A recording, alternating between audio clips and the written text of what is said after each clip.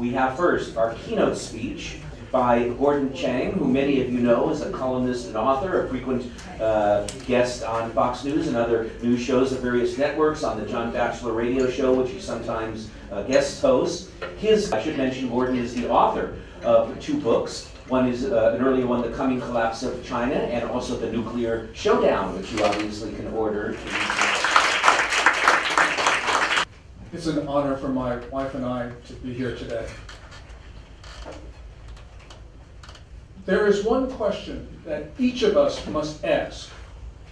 In a year from now, will the Republic of Korea, South Korea, still be a liberal democracy? Or maybe we should ask another question. Maybe we should ask, will there even be a South Korea then?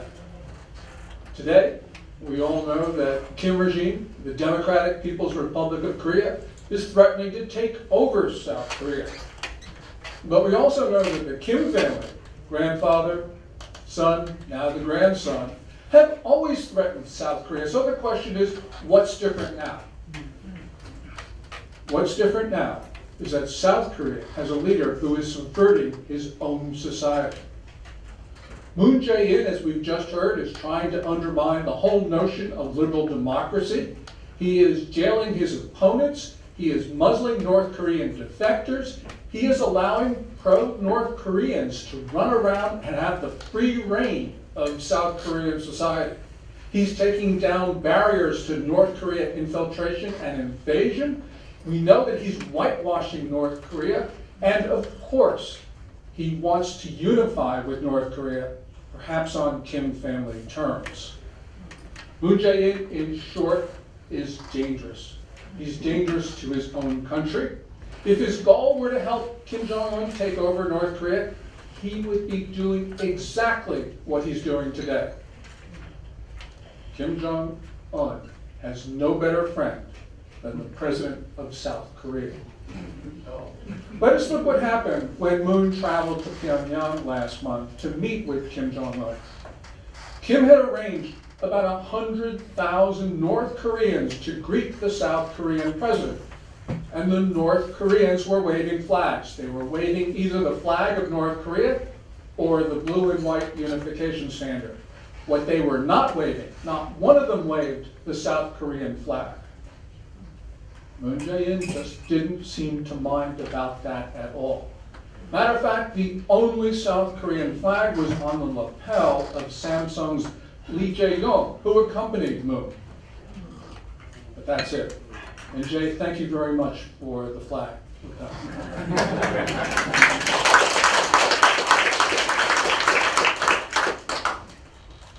What we saw in Pyongyang was Moon trying to downplay the legitimacy of the government that he leads and even downplay the existence of the state that he was elected to represent.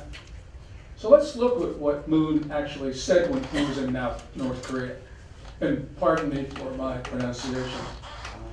Moon on the trip often used the phrase Namchuk, literally south side or south, when the custom has been for South Korean presidents to refer to it Hongkong, literally the country upon people. Similarly, Moon, when he was in North, said Namchuk Gukmin, that translates as South Side citizens.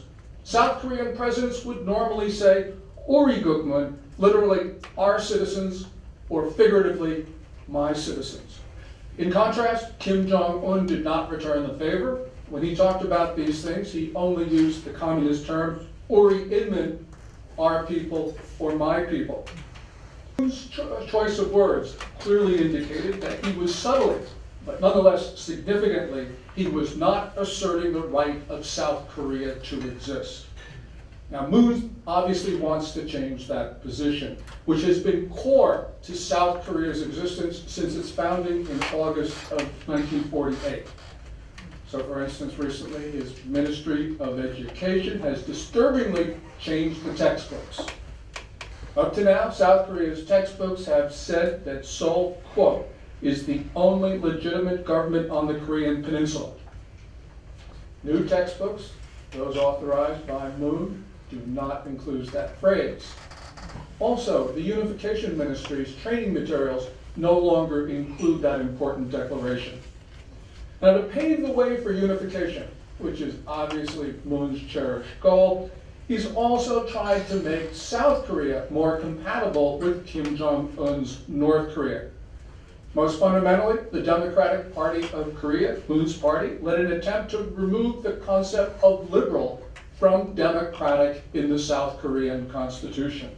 Now, fortunately, South Korea's conservatives were able to rebuff that effort, but the Education Ministry in June of this year tried to change the country's textbooks again to eliminate the concept of liberal from the concept of democracy.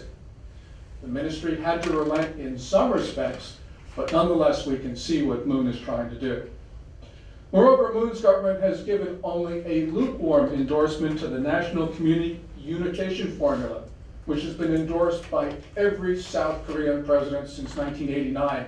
And that formula affirms that a unified Korea should be a liberal democracy. The Kim regime in the North, of course, rejects the term liberal, but it does say it's democratic. And so therefore, what Moon is trying to do is to remove a barrier to unification. Moon Jae-in, unfortunately, in tangible ways, is also undermining democracy. Since becoming president in May of last year, he has used the control of the big broadcasters to muzzle those views that he does not like, and also to promote North Korean views. And as Lawrence Beck has pointed out to me, recently an American expert who was visiting Seoul was warned by a state-funded broadcaster not to voice views of criticism of Moon's approach to North Korea. Now Moon's government is going after free expression on social media. Minju, his political party, has sponsored a broadcast reform bill, as it's called.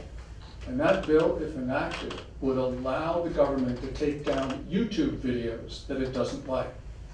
As Ambassador Lee has said, YouTube is a main venue for those who don't share Moon's views.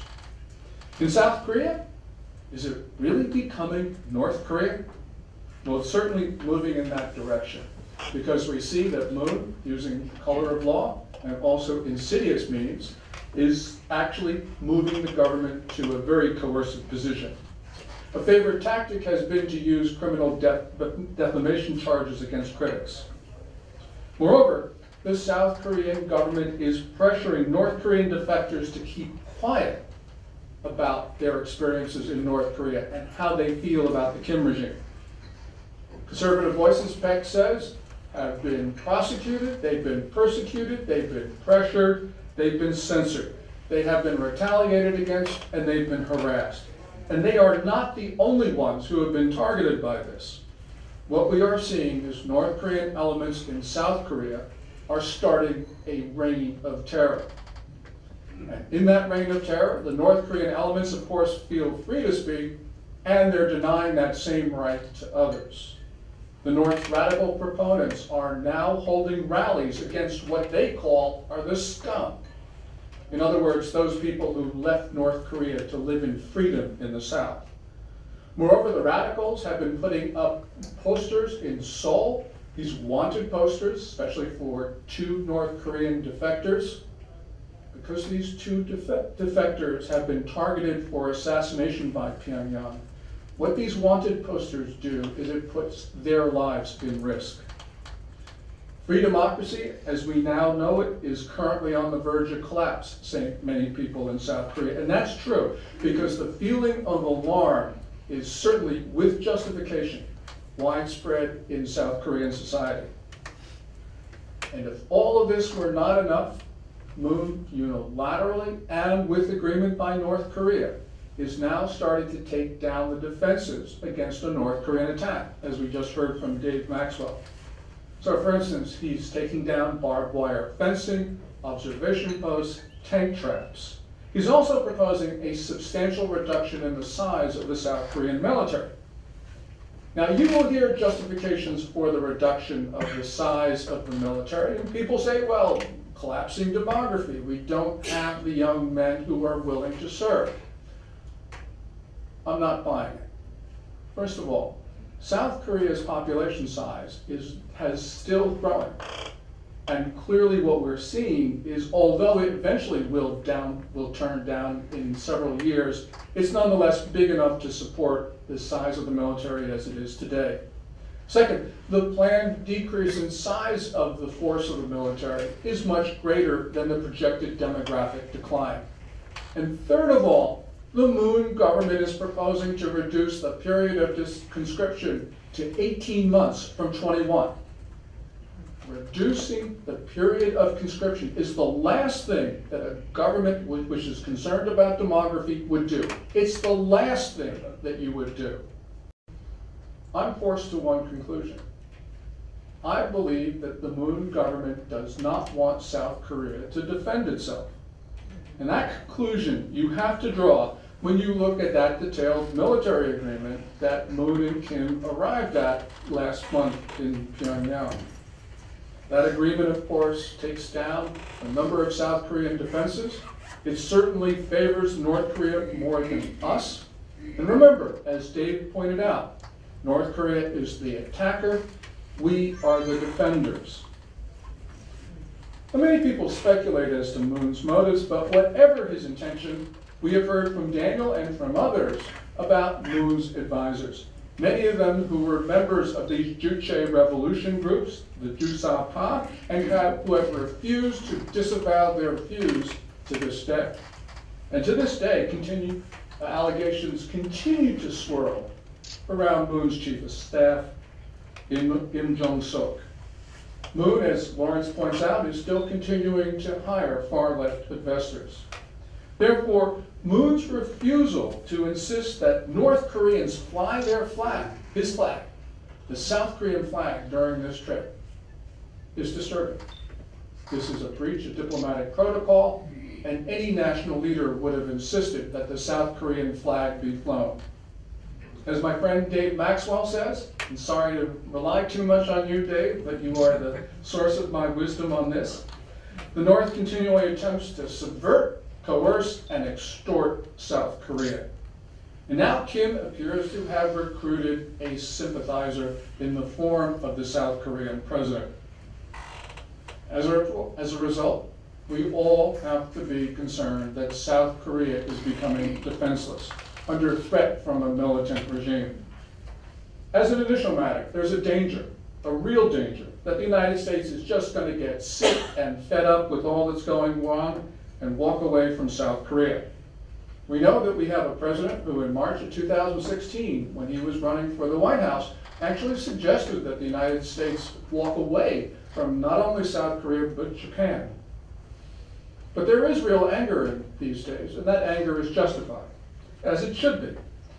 We've got to remember, go back to the end of October of last year when the South Korean Foreign Ministry issued, in conjunction with the Chinese Foreign Ministry, the infamous 3 no's.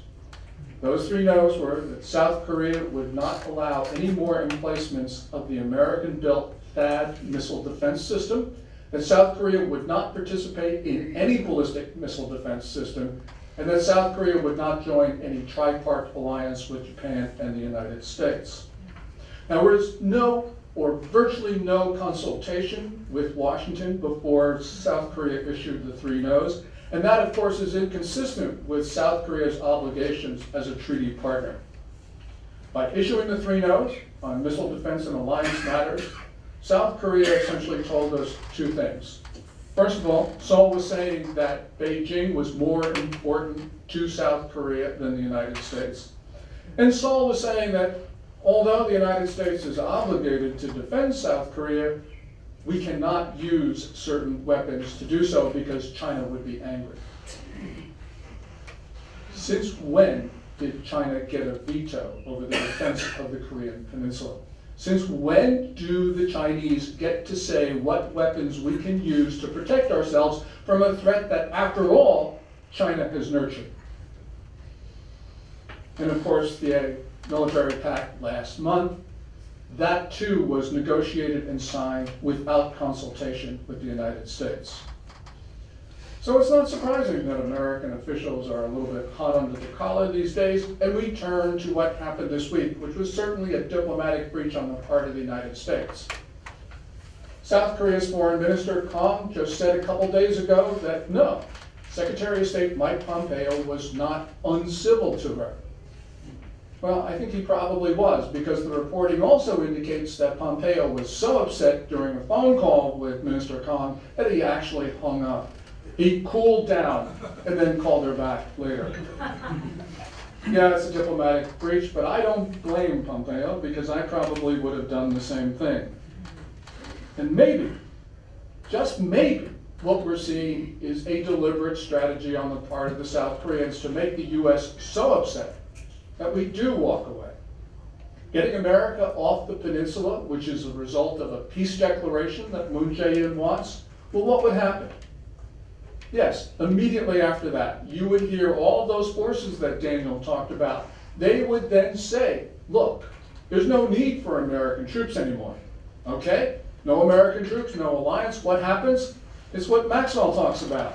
Sorry, Dave. But it's exactly what he'll talk about, and that is North Korea will intimidate South Korea into submission.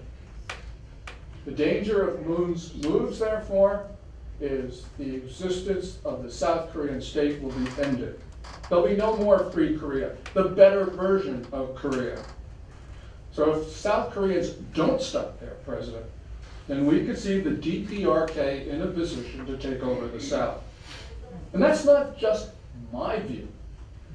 Kim Jong-un in recent months has been talking more and more about quote-unquote final victory, which is North Korean code for the elimination of the South Korean state. So he's getting optimistic that he, Kim Jong-un, will be able to do what his granddad and his dad was not able to do, which is to absorb South Korea. So what should we do?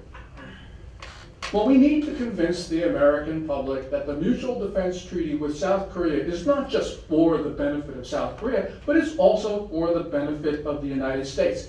Why is this the case? Why is it in the interest of the United States?